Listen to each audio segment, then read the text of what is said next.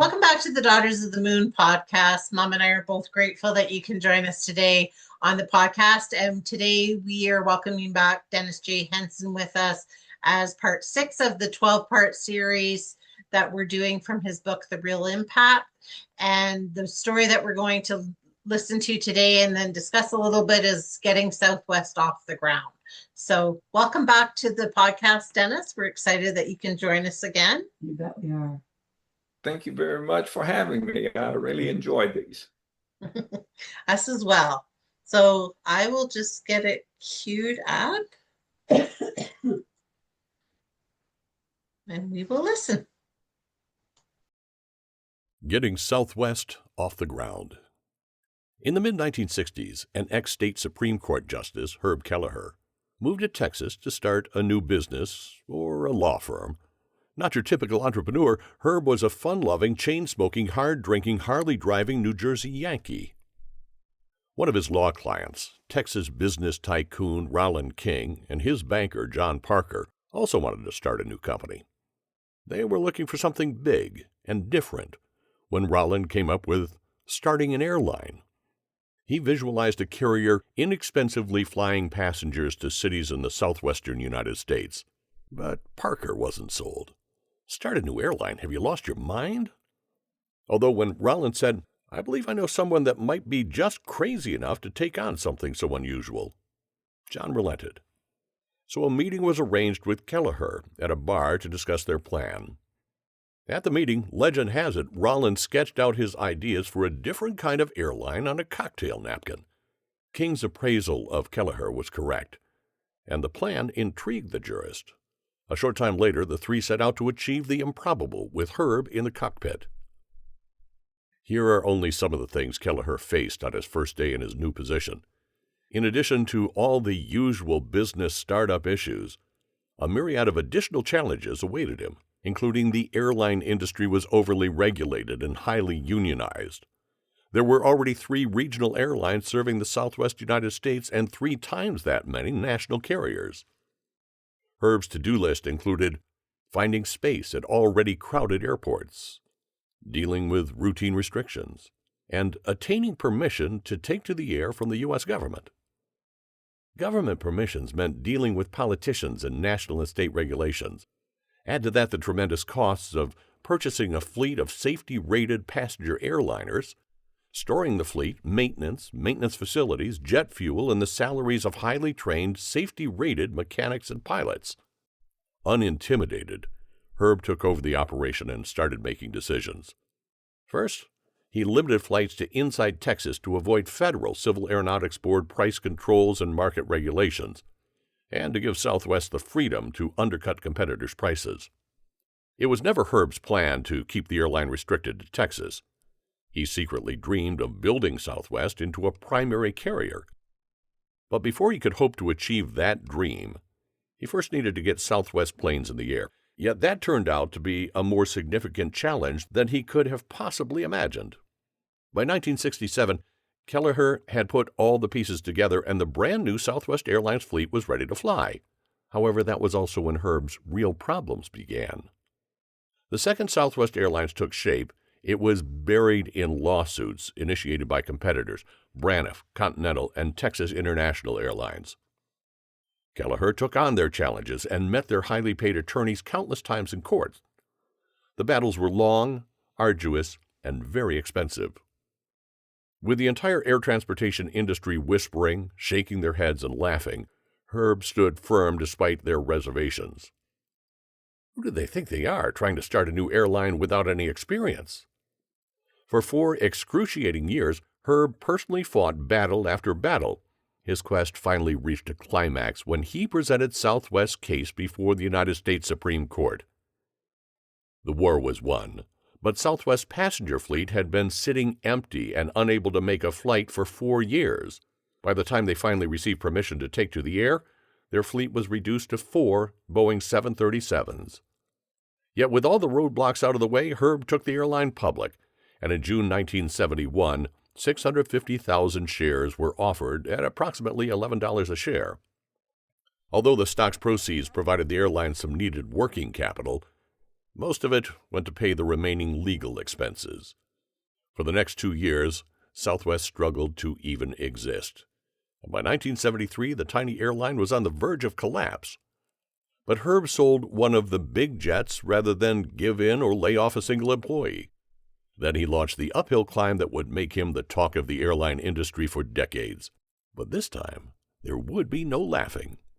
First, he instituted an unimaginable 15-minute gate turnaround. Then, in an unheard-of move, he convinced his flight crews to help clean and service the planes between flights, which allowed them back in the air much faster. Planes are only profitable when they're in the air, Herb Kelleher. But Herb was only getting started. In one of the most masterful strokes of genius the airline industry ever witnessed, Kelleher initiated Southwest Cargo. Now, Southwest planes carried passengers and paid cargo below, bringing in almost twice the revenue. With Southwest profits on the rise, Kelleher continued to innovate. He opted for efficiencies rather than costly frills, like foregoing a computerized reservation system saving Southwest $25 million a year. He strove to instill a culture of service in his employees, insisting on better and friendlier customer support. He told his managers, "Quality customer support will result in additional profits and customer loyalty. Customer support will eventually take us to the top." CEO Kelleher often boarded flights, chatted with passengers, and asked for their feedback. He told them his company cared about what they thought. His brilliant ideas allowed Southwest to survive and thrive through a dip in the U.S. economy. But I've yet to mention his most incredible accomplishment. Kelleher's phenomenal success couldn't have occurred without his fantastic relationship with the employees. Working at Southwest Airlines wasn't only profitable, it was fun. Herb's spirit of friendliness and optimism became integral to the airline's culture. To maintain a lighthearted atmosphere, he appeared in various airline operation areas dressed as outlandish characters. Once he attended a board meeting in an Easter bunny costume. He even boarded a flight in a stewardess's uniform. Other costumes included Elvis and a leprechaun, but his most ridiculous stunt was when he showed up at a maintenance facility at 2 a.m. and climbed a locked fence to surprise his mechanics, dressed as a hooker. Kelleher wasn't only a showman, he also cared for Southwest's employees. And though the rift between the Transport Workers Union and other airlines' management was venomous, Herb's union employees loved him. They knew he was on their side because he repeatedly proved it by how he treated them. Good pay avoided strikes and resulted in a positive environment. Southwest's optimistic tone translated into customer loyalty and higher profits for the airline. Herb once said, "When you treat your employees right, they'll treat your customers right." And even with its higher-paid employees, Southwest always managed to keep its fares low and profits high. While Herb was Southwest CEO, the airline never had a layoff, a furlough, or a pay cut. That was an unmatched feat, not just by other airlines, but also by anyone in the transportation industry. Kelleher was the heart and soul of Southwest. His tireless efforts, victorious courtroom battles, and brilliant strategies earned him the respect and admiration of everyone the company touched. His stockholders, employees, customers, and suppliers all loved him. In fact, the only people who didn't love him were his competition, but even they had to respect the man. Under Herb's leadership, Southwest Airlines was always a perennial choice for Fortune magazine's most admired companies list. Herb's dream of Little Southwest Airlines becoming a primary national carrier came true. At his death, the airline flew more than 120 million passengers a year, employing more than 58,000 people, and showed a profit since its third year in business. Now that's what I call getting Southwest off the ground. Never give up on what you really want to do. The person with big dreams is more powerful than the one with all the facts. H. Jackson Brown, Jr. That was a good story. It had some humor in it, and which is always nice too when you're listening, reading. Quite the comedian he was too. Right. And I actually worked in one of their facilities for a while he was in charge. And they were just amazing, very upbeat and anxious to be pleasing the customer. I was an on-site contractor and working in a facility where a transportation facility like Greyhound or General Motors or any of the airlines. Usually the atmosphere there is just terrible. I mean, the workers, the labor hates the management and the management hates the workers, and they both hate on-site contractors. I mean, so it was usually very unpleasant. But when I went to that facility, it was just the opposite. They were welcoming. How can we help you?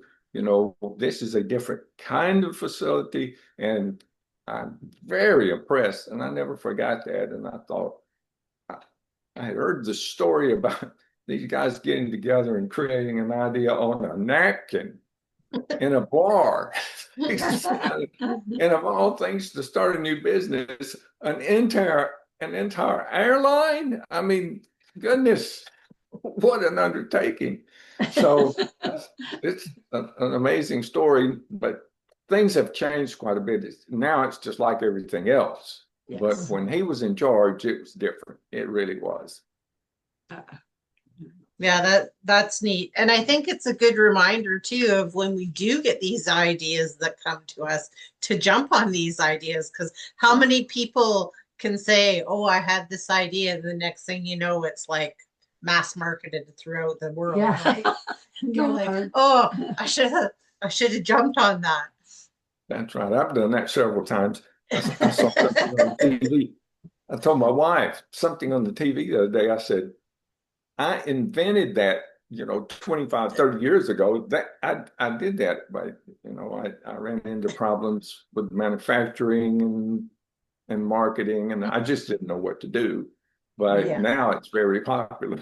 But it wasn't they didn't take my invention. It's just they invented a similar thing, and it's working now for them. Well, and it's true, right? I mean, and I think, we're lucky in so many ways in this era that we are living in, because we do have, the internet, and we can find out a lot of things, where back then we didn't really have that kind of, be on that key to Google something and be like, how do I manufacture this for cheap? Or whatever, right? But we have those opportunities now. I mean, with discernment, of course, because not everything on the internet is true. No, it's not.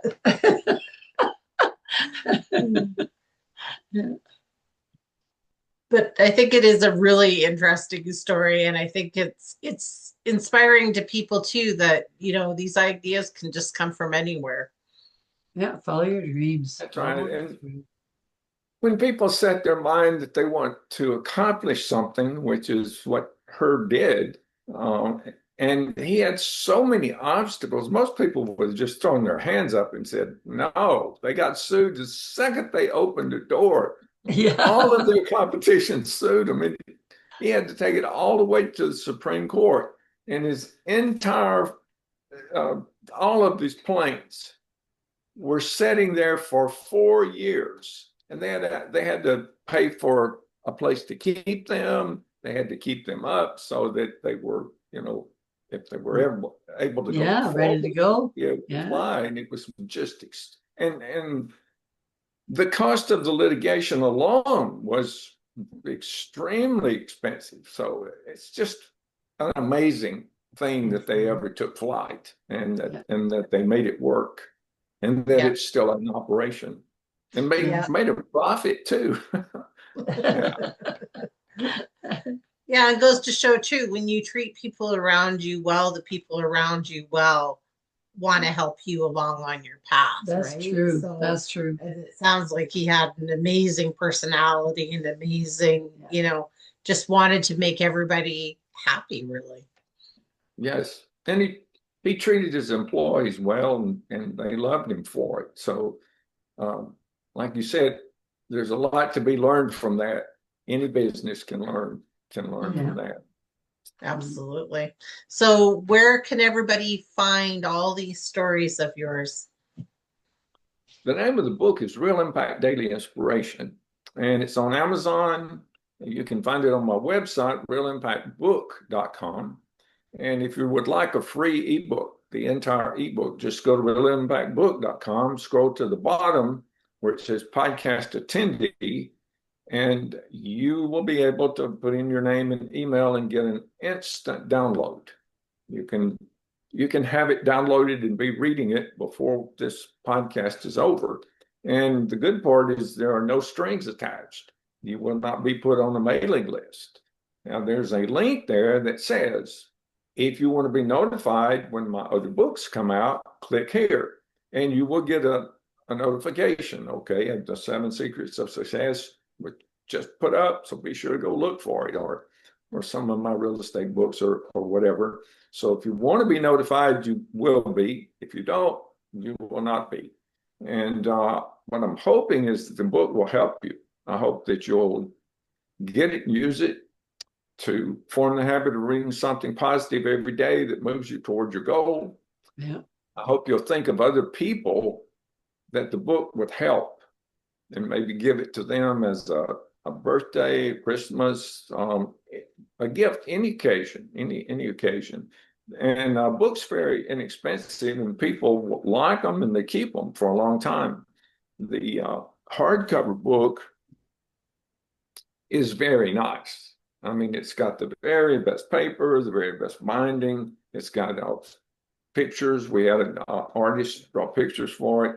So when people get that book, they'll realize they got something really nice. And if you don't have a big budget, you can get a paperback for under $15. So I hope you'll check it out. I hope you'll read it. I hope it helps you. And I hope you'll give it to someone else to help them. Well, thank you. Thank you for writing inspiring stories and inspiring us and being on with us and sharing some of these stories with our followers and with us. And we really do appreciate you being with us. Yes, we sure do. Thank you for having me very much. Yes, And everybody else, we will see you the next time. you bet.